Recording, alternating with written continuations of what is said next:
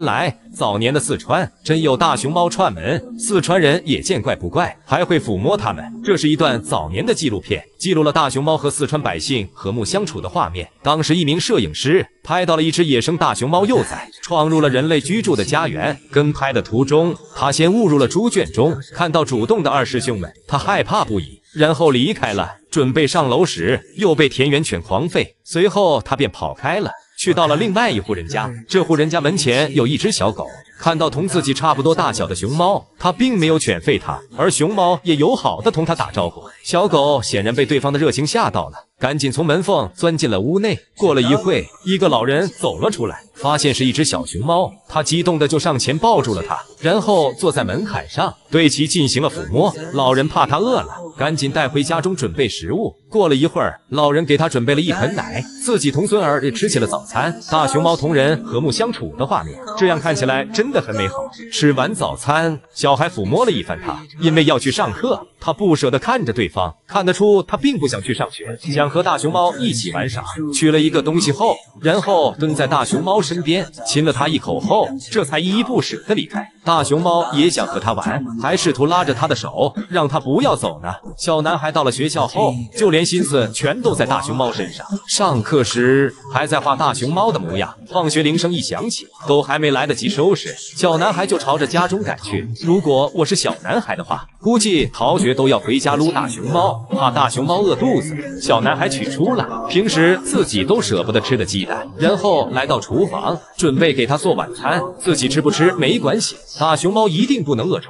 怀着这种信念，小男孩像个小大人一样，在厨房不停忙碌着。他的行为把爷爷都惊动了，然后爷爷叫他去和大熊猫玩。接下来自己操作，一番忙碌下，晚餐弄好了，小男孩拿着送到了大熊猫的嘴边。大熊猫也很听话，大口大口的吃着，最后吃完了还要舔盆盆呢，哈哈，真是一个大吃货。因为大熊猫生于山林，活在山中，给大熊猫喂饱后，爷孙俩背着它，准备将它放生。为了它的安全，两人走了好远好远的路，中途累了，两人一熊就在路上停下来休息，顺便补充体力。吃完后又继续赶路，直到将它送到大山深处，爷孙俩这才将它放下来，让它回归山中。看到大熊猫离开后，爷孙俩一脸的依依不舍，尤其小男孩都差点哭了。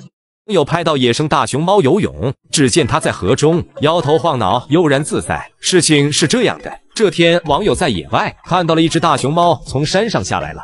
什么下来了？就那东西，真正的就是那东西，什么看的？就这样。他先来到河边喝了点水，喝完水后在河边徘徊，也不知道他要干嘛。网友也不敢跟得太近，只能在远处拍摄。过了一会儿，只见他来到了一个水池中，趴在里面开始了游泳。圈养大熊猫游泳的画面，我见过的也不少，但画面像这么唯美的，我还是第一次见。他在池子中来回游了好几圈，脸上都是乐呵呵的样子。随后，网友像个战地记者一般继续跟拍，可能他也发现了网友，然后纵身朝着一个较深的河中游去了。随着河水越来越深，他的姿势越来越美妙。只见他在水中摇头晃脑地游着，这画面比刚刚那个画面还美好。这可能就是野生大熊猫该有的野性吧。他们的自由是圈养大熊猫懂不了的，同样圈养大熊猫的公务员生活也是他们理解不了的。请注意这里，原来大熊猫用的也是狗刨水游泳法。经过一番熊掌拨清波后，它游上了岸，然后爬上石头，朝着大山深处走去，准备回家了。经过一番努力后，他征服了这个光滑的石壁。由于中间隔了一条河，为了不打扰他的生存，所以网友就没有继续跟拍了。然后这只野生大熊猫慢慢的消失在了镜头之中，它又要征战大自然，克服重重未知的挑战去了。少侠，祝你一切安好。啊，好肥呀，这个熊猫！这只大熊猫听到游客说自己肥，直接就愤怒了，跑去就把自来水阀门弄坏了，来发泄一下情绪。哇塞！这只大熊猫便是号称广州小霸王的雅逸。这天，雅逸吃完食物后，准备开始自己的表演，期间还表演起了成名绝技倒走。看得出，今天他的心情很好。然而，当他围绕着外圈让姨们拍照时，突然一名游客说他好肥。哇，好肥呀，这个熊猫！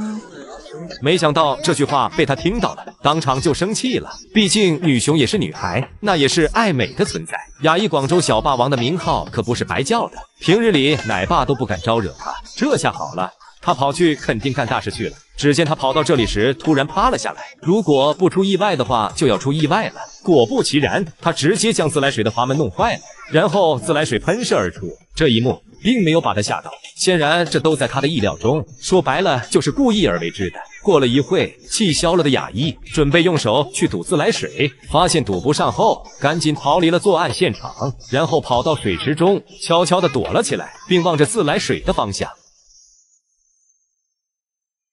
最后的最后，还是奶爸过来买单了。望着喷射而出的自来水，奶爸想用塞子盖住，这明显不行。后来他就去想其他办法了。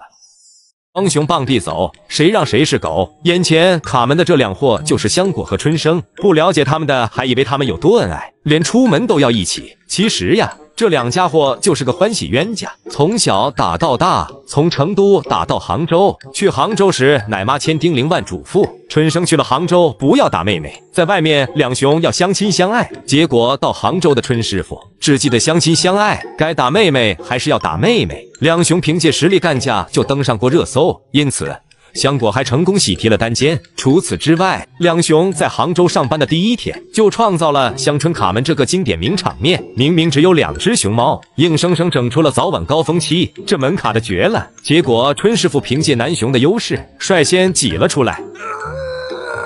本以为上班卡门是个意外，结果下班时这两个家伙又卡门了。Oh my god， 真是两个欢喜冤家，真怕门被他们给挤坏了。我们从另外一个视角看一下，结果还是春师傅技高一筹，他又挤了出来。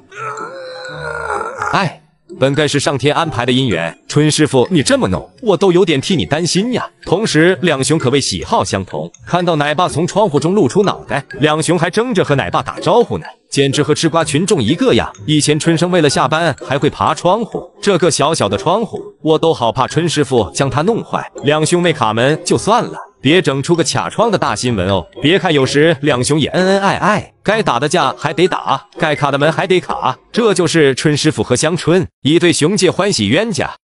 见过这样越狱的大熊猫吗？这只大熊猫太牛了，为了越狱直接拆掉一扇门，最后还成功越狱了。事情是这样的，这只大熊猫发现自己房间的门有点不对劲，用手扒拉一番后发现很薄，而且还扒得动，于是一个大胆的想法从他的脑海中响起，那就是越狱。说干就干，直接用双手就将这扇门给折弯了。根据老衲多年的经验来看，这扇门好像就是一张铁皮呀，也不要小看它弱不禁风，换做老衲这么扒拉的话，根本弄不弯。所以大熊猫虽然可爱，它们毕竟是熊不是猫，大家在野外见到它们一定要注意。这只大熊猫发现，只要自己不用力，这扇门就会自动归位，这可怎么办呢？只要思想不滑坡，方法总比困难多。万万没想到，他把铁门压弯的同时，还将自己身体压了上去。就这样，在他脚离地的一瞬间，他被铁门的弹性给弹了出去。工作人员通过监控发现后，防止他再次越狱。第二天就来给房间进行装修，不仅把铁门搬走了，就连室内所有东西都搬走了。过了一段时间，房间已经大变样，当初的铁门已经变得厚实。不死心的他爬到门上，看着四周，准备寻找下一个越狱机会。然而并不理想，内场不行，那就到外场寻找机会。来到外场后，他很轻易的就爬上了铁窗。就在他准备离开之时，不知道他是不是想起了铁饭碗比较难烤，然后又放弃了越狱，